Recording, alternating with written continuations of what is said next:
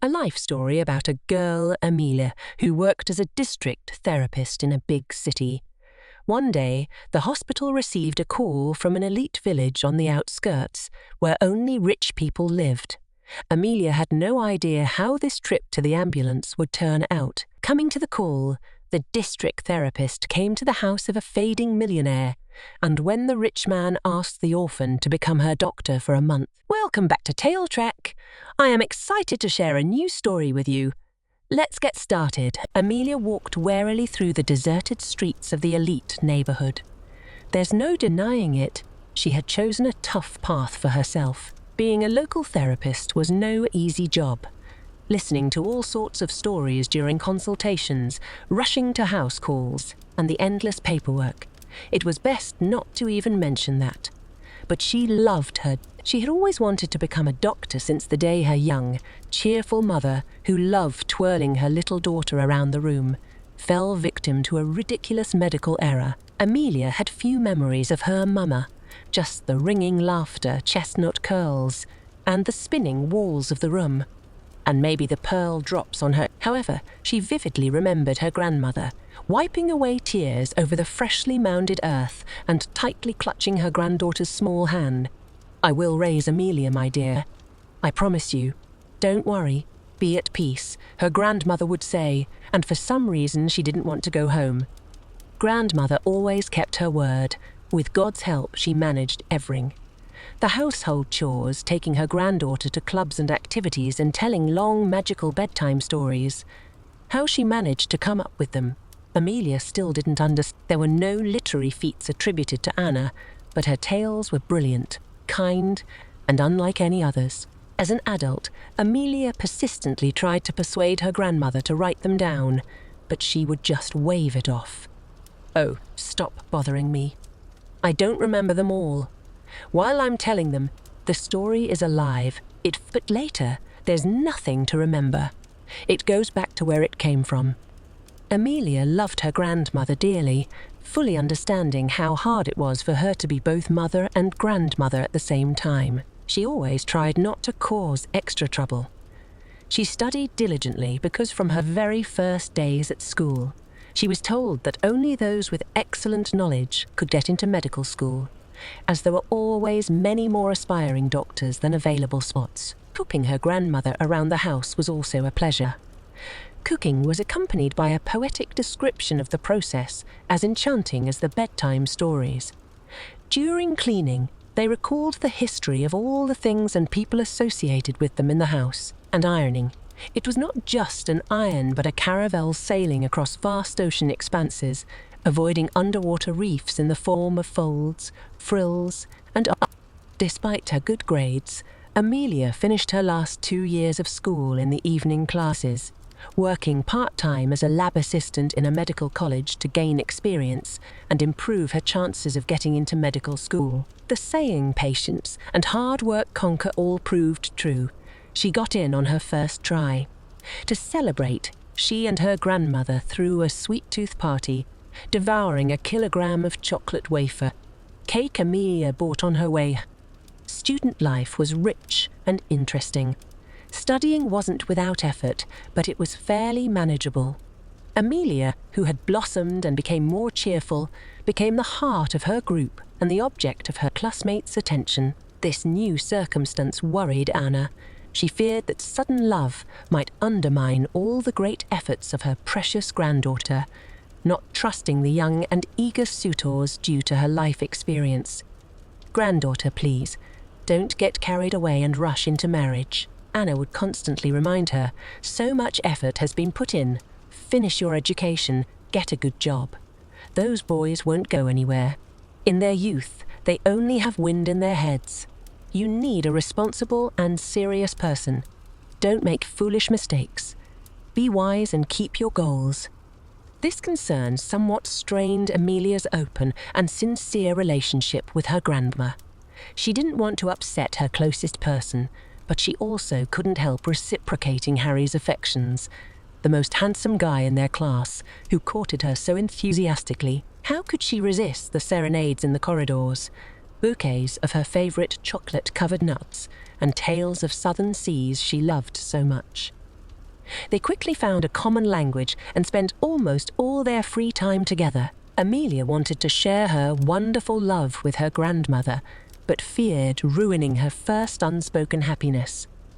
However, lying and holding back was extremely difficult for the open and straightforward girl, and in her 3rd year she finally decided. Harry had invited her to his birthday party at his home and introduced her to his parents. The evening went very well. Harry's parents were polite and friendly, and Amelia was over the moon with happiness. Not inviting Harry to her home now seemed extremely impolite, so, finding a moment, she hugged Anna and whispered, "Grandma, I have news for you." "What is it?" she asked, immediately on guard. "Grandma, someone from my class loves me very much, and I love him too. He already invited me to his home and introduced me to his parents, and everything went very well. I want you to meet him too. Can we invite him over for tea on Sunday?" "Oh, my heart knew it. Some charmer would ensnare you." Anna shook her head. "Well, what can we do? If he's already introduced you to his parents, bring him here. I'll bake an apple pie. Let's see who has made your eyes shine so bright." On Sunday, Harry stood at the door with a bouquet of bright coral roses and a tiramisu cake, elegant, courteous, and radiant. Anna wore a long skirt and pinned an old brooch to her blouse for the occasion. Harry showered her with compliments. The hostess smiled warmly. The tiramisu was excellent, and the apple pie even more so. Everything was going smooth. Amelia, knowing her grandmother practically by heart, could tell that she was not thrilled with her beloved. When the tea party ended and Harry had left, the girl approached Anna, who was gathering the dishes from the table, and hugged her shoulders. "Grandma, tell me honestly, why didn't you like Harry?" "So I don't trust him, dear. He's a good boy, smart, well-mannered, educated, but he lacks that quiet, dependable quality so necessary in tough situations. Life isn't just one big celebration, as you know. Harry hasn't seen its hardships. Will he withstand them? He's too sparkling, like a firework. But you must decide for yourself. Grandma, everything will be wonderful for us." Amelia replied confidently, picking up the tray of dirty dishes from the table. Contrary to her grandmother's fears, Harry didn't fall by the wayside. After receiving their diplomas, he immediately proposed. Anna was pleasantly surprised and didn't try to dissuade her granddaughter. Perhaps life's disappointments had made her biased, and the young man might be more serious than he first appeared. At first, everything went wonderfully in the young family. Amelia baked a new cake for every celebration and spoiled her husband with various treats, while Harry gave his wife perfumes, flowers, and pleasant surprises. But when little Anya was born, the family was plunged into the harsh realities of sleepless nights, constant laundry, sterilizing bottles, and more. Harry noticeably wilted, no longer the sole center of Amelia's universe. That position, he felt, was being challenged by the small, screaming bundle that always needed. Harry did not become the mature and responsible head of the family. He first became as petulant as a spoiled child, and then began to disappear from home more and more often, claiming night shifts and extra work. There was no increase in money, but there was a faint scent of someone else's perfume on his clothes, hurriedly silenced calls, and mutual alienation. Amelia quickly understood everything but chose not to show it. She knew that Harry, who was used to constant attention, now lacked her focus. She hoped that he would grow up, become attached to their child, and everything would eventually return to normal. But her hopes were not realized. One day, Harry came home sullen and noticeably drunk, obviously for courage. He pulled a suitcase from the top shelf of the closet and began to pack his things. Amelia stood silently in the doorway with their daughter in her arms. Glancing quickly at his wife, Harry said irritably, "Yes, Amelia, I'm leaving. I'm leaving like a man, with just one suitcase. Sorry, but these life realities aren't for me. I suspected this might happen when you got pregnant right before graduation. I tried honestly. I didn't push you to get an abortion. I married you, even though it wasn't in my plans at the time. But I couldn't do it. I haven't cooled to the joys of life enough to dedicate myself fully to the harsh routine. I hope you understand." Indeed, a firework, Amelia recalled her grandmother's words. Life cannot be just a celebration. My wise grandma was right. It's a pity I, a foolish girl in love, didn't listen to her. But aloud she only said, "Thank you for that much," and went to another room with Anya. After her husband's departure, staying in the apartment became unbearable, and Amelia returned to her grandmother's place. Anna made a brief remark. If a bride leaves for another, it's not yet known who is luckier, and didn't comment further, immersing herself in raising Anya. Their small apartment once again resounded with lubbies and magical fairy tales. When Anya turned 3, Amelia went back to work, and everything would have been wonderful if not for the untimely death of her grandmother from a ruptured major blood vessel. Now, with Anya often sick, Amelia had to hire a nanny and took on an extra half-time position at the clinic. The needed house suddenly appeared around the corner, as if it had jumped out. It seemed so because, unlike others, it didn't hide deep within the lot, but faced the street directly with large windows and a glassed-in veranda filled with light-loving tropical plants. It was intriguing why the owner needed a local therapist. Judging by the house, he had his own personal doctor, lawyer, chauffeur, and much more. Sighing, Amelia pressed the button by the gate, which immediately opened, letting her. The patient, a man in his early 50s, indeed had a high fever that was difficult to reduce with regular antipyretics. After listening to his breathing and confirming that his lungs were clear, Amelia filled a syringe with a reliable old remedy and gave him an injection. It seemed to be a case of neglected flu, and she began writing the necessary prescriptions, noticing out of the corner of her eye that the man was watching her intently. After a while, he said, "You seem to be a good doctor and, it seems, a decent person. I'd like to ask you to come visit me every day. For a decent fee, of course. You see, due to certain circumstances, I've lost trust in my personal doctor and private doctors in general. I need an outsider, someone not connected to anyone in my circle. Surely you wouldn't mind some extra money." Money was indeed very welcome, especially since debts had already accumulated, and Amelia agreed without hesitation. After all, who would refuse to earn a 5-day salary for just one visit? While they discussed the treatment plan and visit times, the patient's temperature began to drop and his forehead became sweaty. Amelia began to wipe the sweat with a handkerchief when a young woman, practically her age, entered the room. "Oh, darling, you have such a caring nurse, and what's more, she's pretty," she said melodiously, flashing huge almond-shaped eyes in Amelia's direction with dislike. "She's not a nurse, but a district therapist," the man corrected dryly. "She will now visit me daily. Allow me to introduce my wife, Alina," he addressed Amelia. Under the penetrating gaze of her beautiful eyes, Amelia felt distinctly uncomfortable, prompting the therapist to hasten the conclusion of the visit. "James, your temperature has slightly subsided. Here is my phone number. Feel free to call at any time. It's getting dark outside, so I must take my leave." "You will be escorted," James replied, his tone brooking no objections. "Transportation arrangements will be made for you. There's no need for discussion. Alina, please inform Max to be prepared to escort the doctor to her car." Alina snorted indignantly, akin to a spirited horse, but she proceeded towards the exit, gesturing the way. Even her retreating figure exuded extreme irritation and unfriendliness. What could be bothering her? Amelia mused involuntarily.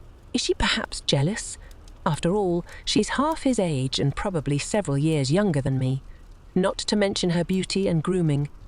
Or perhaps these young predators with sharp teeth, hunting for mature and self-sufficient men, measure everyone by their own standards, most likely. Even for more profound individuals, it's challenging to view the world through another person's eyes.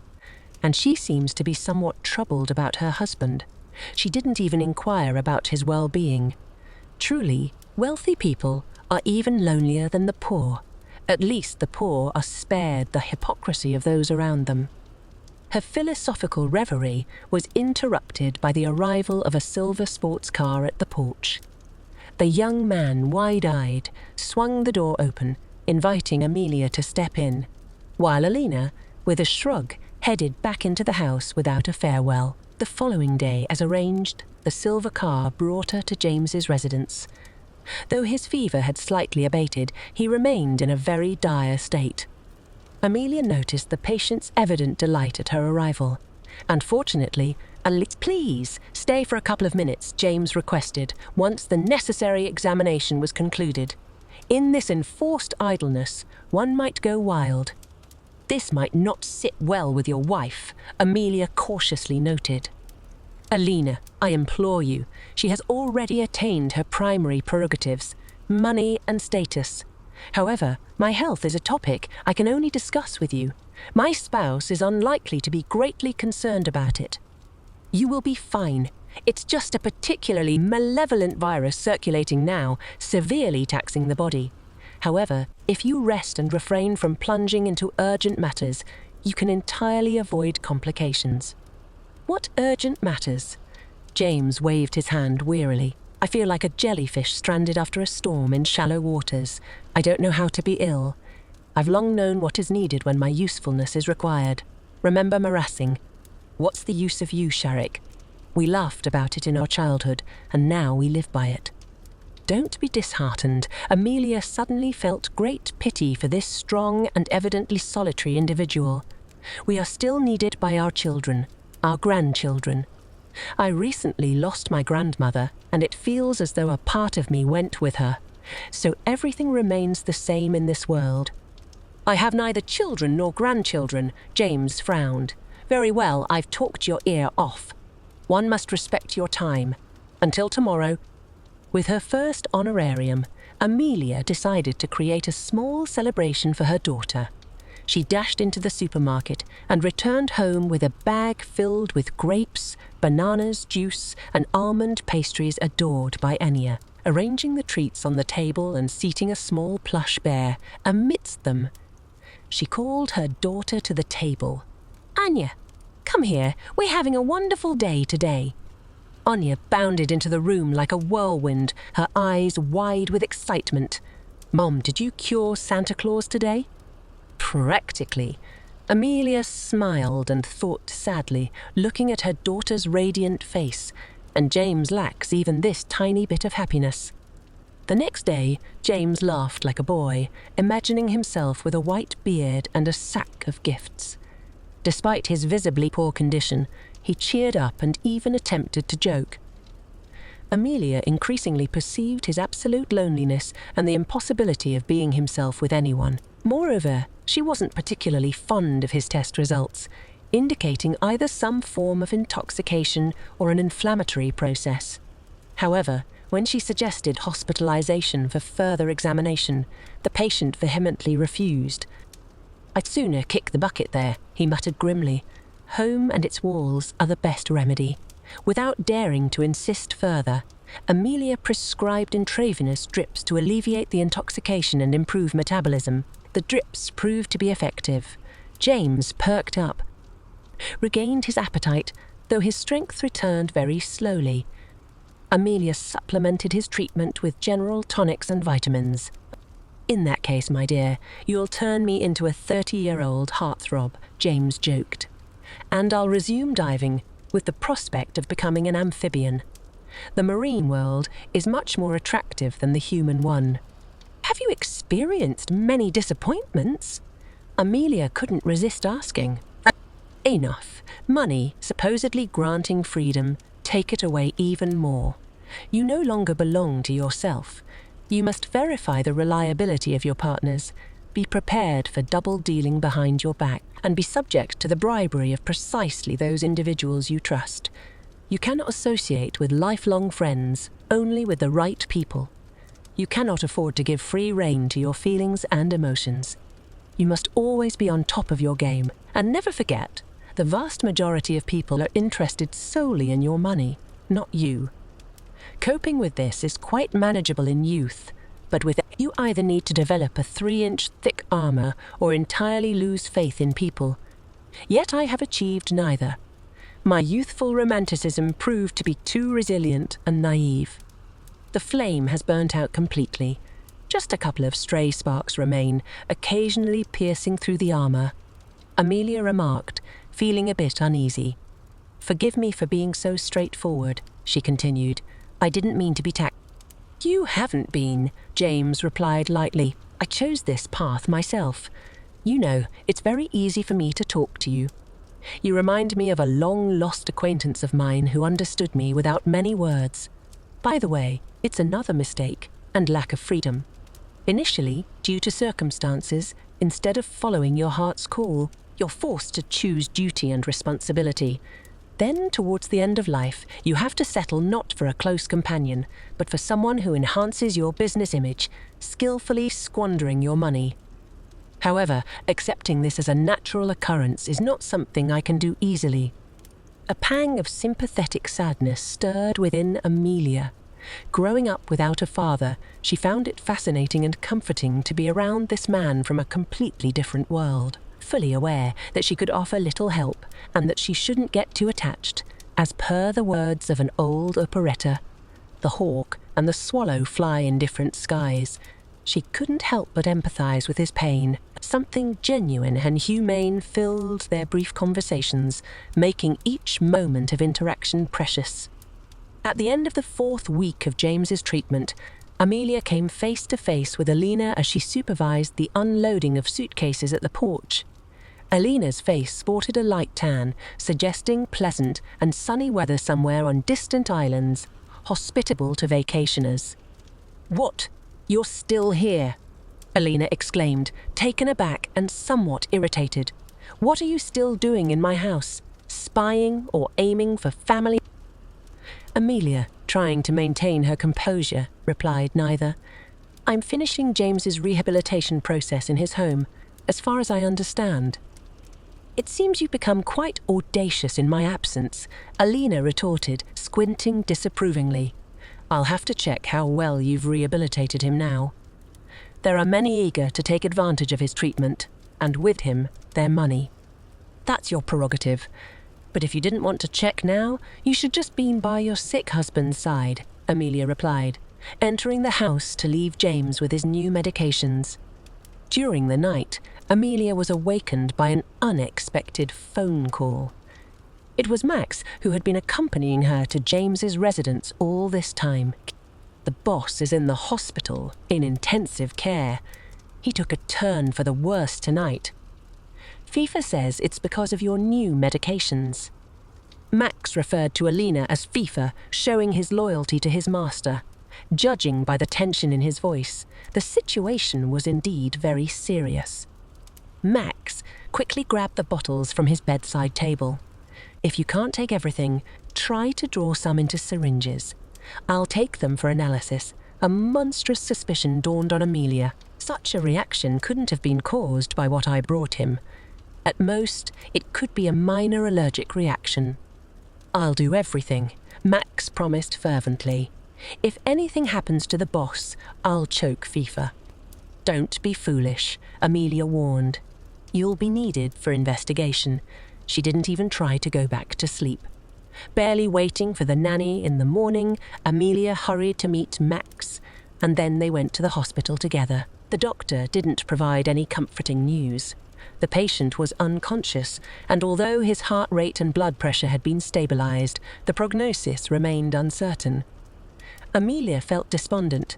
Her vague suspicions seemed to have some foundation after all, but who could she tell now? She should have spoken up earlier. James had trusted her. Perhaps they could have come up with something together. Now, all she could do was wait and see if his body would recover. Amelia buried her face in her hands and slowly slid down the wall to crouch on the floor. Her reverie was abruptly interrupted by Alina's sharp voice echoing in the ward corridor. "How come you don't know the prognosis? Are you doctors or amateur artists?"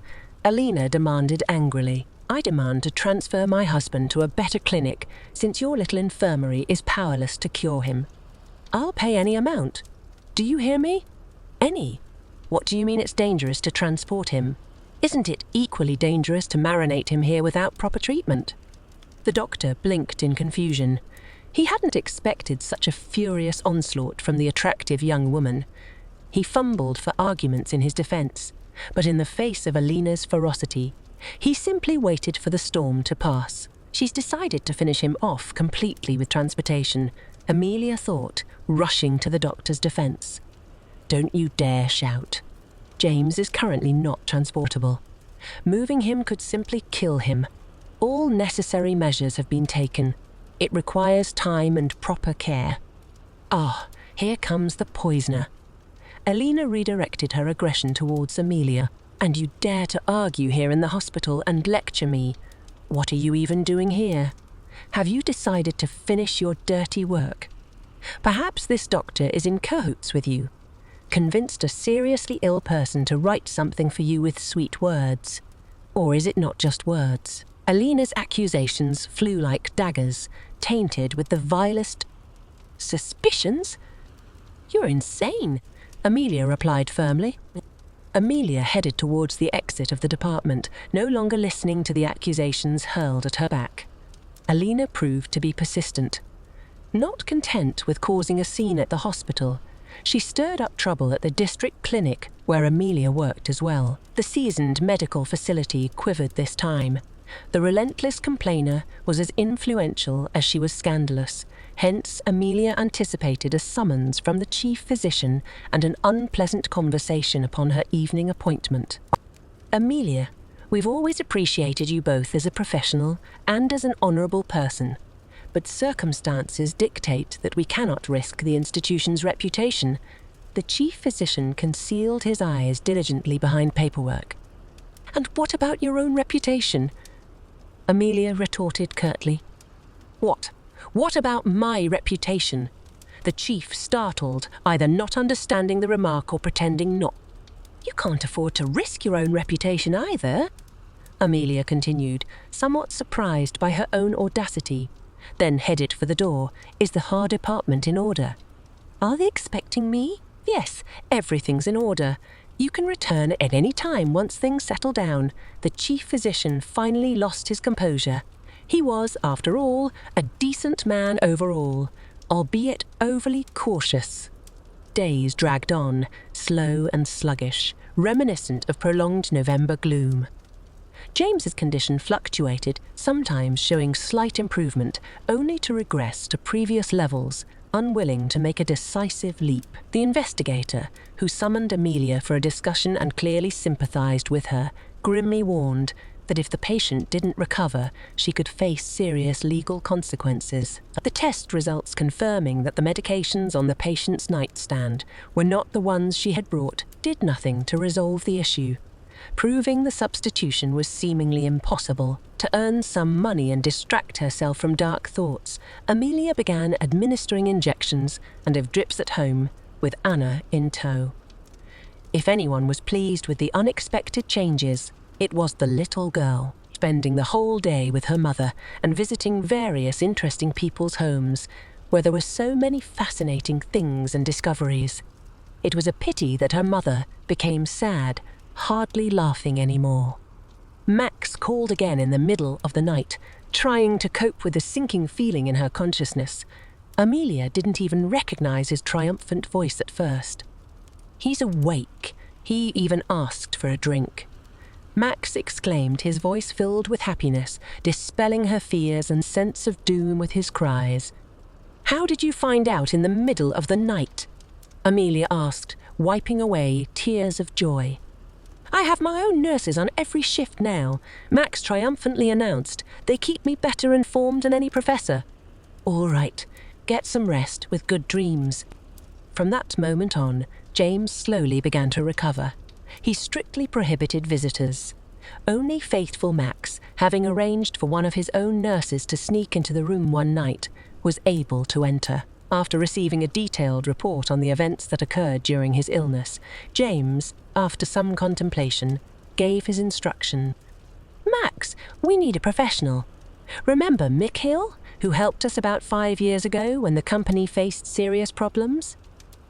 Max nodded affirmatively. Find him? He's reliable. I want him to handle this matter and find out as much as possible about Amelia and my wife. Amelia needs to be defended, and we need to deal with Alina." 2 weeks later, James was discharged, and Mikhail managed to prepare a detailed report. With a disdainful squint, he spread out photos of Alina, recklessly posted on social media by her lover, eager to boast about their luxurious vacation in sunny Dominican Republic. As for this, it's quite clear. I won't dwell on it. Regarding the medications, the substitution is proven analytically. Since you managed to take them twice, the fact of substitution between the first and second intake is indisputable. You wouldn't have recovered after the first intake. Besides, you would have felt unwell immediately after the first one. Belladonna is not a pound of raisins. So Amelia has an alibi. I can also add, by prescribing you cleansing intravenous drips, she most likely saved your life, as the results of your examinations eloquently indicate the intake of small doses of toxic substances. Considering that the detoxification coincided with the treatment prescribed by Amelia and your wife's departure, the situation becomes quite clear. For the court, only Belladonna can be presented, of course, but just in case, I have compiled a brief biographical summary of Amelia for you. It might come in handy, and with these words, Mikhail retrieved several printed sheets from a bulky folder. Thanking the investigator and remaining alone, James dialed his wife's number. "Alina, good day. I'll be brief. You'll soon receive several photographs quite unequivocally indicating marital infidelity. I hope you remember that according to the terms of the prenuptial agreement, in the event of infidelity, you forfeit any maintenance, unlike in the case of inheritance after my death. You were hasty, my dear. I understand that you wanted to have it all. The blue-eyed macho and my inheritance. But you should have remembered the proverb about the consequences of chasing 2 rabbits at once. I might spare you a prison sentence, provided you leave the city immediately and sign all the necessary divorce documents with my lawyer. You have 2 days. Fail to comply, and you'll be in for a long sentence. No need to thank me."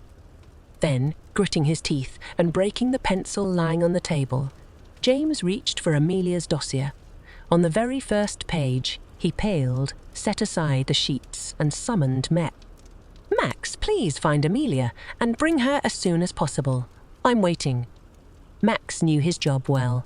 15 minutes later, the woman was already seated in the office, and little Anna was unsuccessfully trying to detach a bronze lion found on the vast writing desk from its beautiful malachite stand. "Amelia," James began without preamble, "tell me, please, what do you know about your father?" "Almost nothing." Amelia shrugged. "I barely remember my mum either. Grandma used to say that Mum loved him very much, but something didn't work out between them, and he left. I got my patronymic from my grandpa, so I don't even know his name.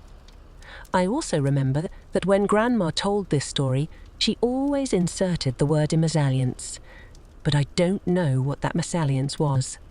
"In terms of property," James replied, attentively watching as the bronze lion, like a raft slicing through the mirrored surface of the writing desk, pushed by little children's hands. "Your father came from a very well-off family that categorically did not want to see a simple girl as a daughter-in-law, especially not one with not so great health. He resisted, even decided to venture out on his own, but then his father had a massive heart attack. Times were tough. The country was crumbling, but they managed to catch a break and were about to open their first overseas office. In the circumstances that arose, there was no one else to go there besides your father, and quitting was not an option. The welfare of the mother, 2 sisters, and the now ill head of the family depended on him. And so he went. I don't know if it serves as an excuse for him that he knew nothing about your budding life. Later, he received a letter from your mother informing him of the end of their relationship. He decided that their separation had distanced them. He never found out about the congenital heart defect progressing, and he learned about your mother's death And where is he now?" Amelia asked, tensing up. "Well, here he is, sitting in front of you, watching his granddaughter train bronze lions." James replied thoughtfully, mesmerized by Anna. "Grandpa! Grandpa!" Anna shouted loudly, sliding down the hill and raising the fountain like sprays of snow that fell during the night. "Can you do this too? Let's do it together." "Anna, move aside. Grandpa is big, and he'll go fast." James laughed, sitting on the sled and pushing off. "And I want to do it too." Amelia's light wooden sleds followed after. At the end of the slope, the laughing trio, tipping over the sleds, rolled down the snow, threatening to turn into one huge snowball, and finally scattered, floundering and scaring curious magpies with their joyous laughter.